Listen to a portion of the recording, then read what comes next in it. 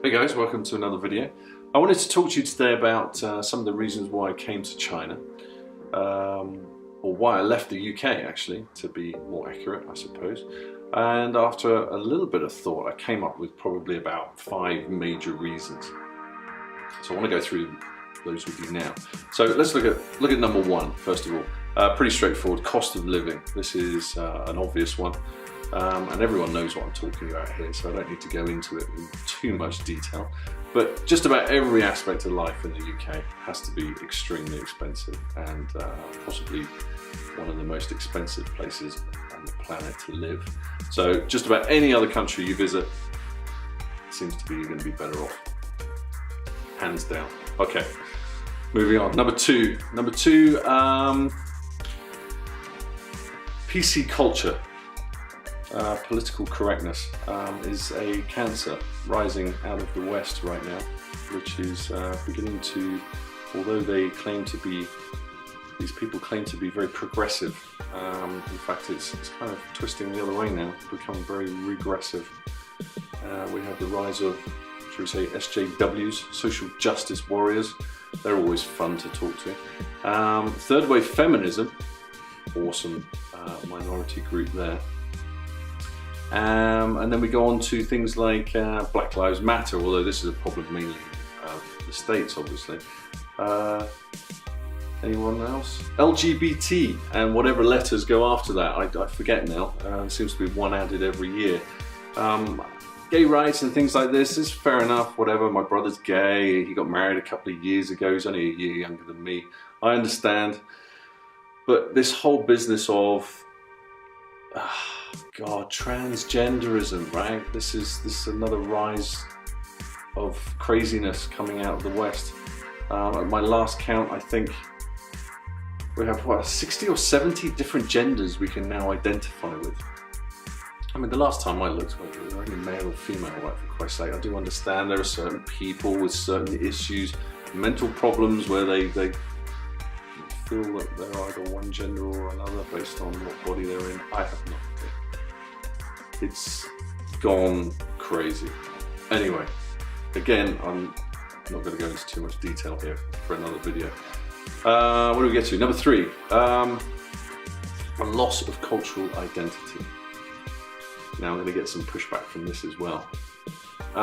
When I came to China, I was asked, one of the most common questions you get asked is, what is your culture like? Can you explain British culture to me?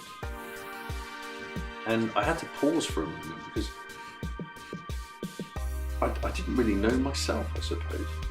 They have this conception of us that we're sort of drinking tea all afternoon, eating fish and chips, and walking around the streets in top hats and coattails with a cane, acting very gentlemanly-like and ladylike.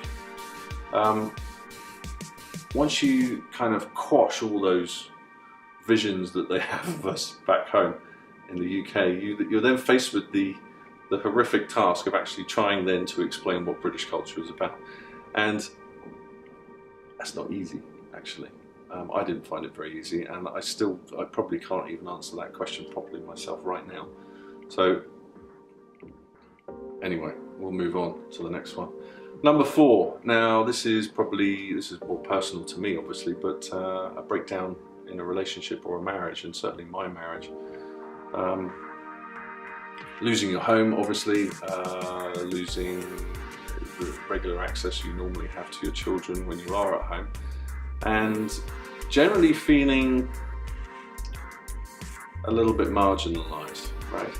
And for me personally, I could see the train wreck coming down the tracks a long way off, and I knew that I didn't have much time to do something about it. I couldn't stop it, and I needed to do something to kind of take control, take some power back in my life, and take control of my life. Yeah, for sure. Tough time. Anyway, number 5, which is our last one. Yeah, yearning for change. Anyway, generally speaking. Now, I've been a self-employed carpenter for most of my life, and thoroughly enjoyed the job, and earned some really good money, and you know, I became quite a skilled craftsman. But as time has gone on, certainly in the last 5 to 10 years, prior to this point now, work has become more of a problem in terms of there's less of it, obviously. Customers are no longer willing to pay the higher prices for the things that you do for them. The quality ends up dropping down. We have a problem with immigration, where we're now in competition with more and more people coming in from Europe. Less skilled people putting out their labour for less money. So this drives the prices of, or drives your wages down as well. And a lot of people shout, well, it's good, it adds more competition, it's better for the customer. Yes, well, is it?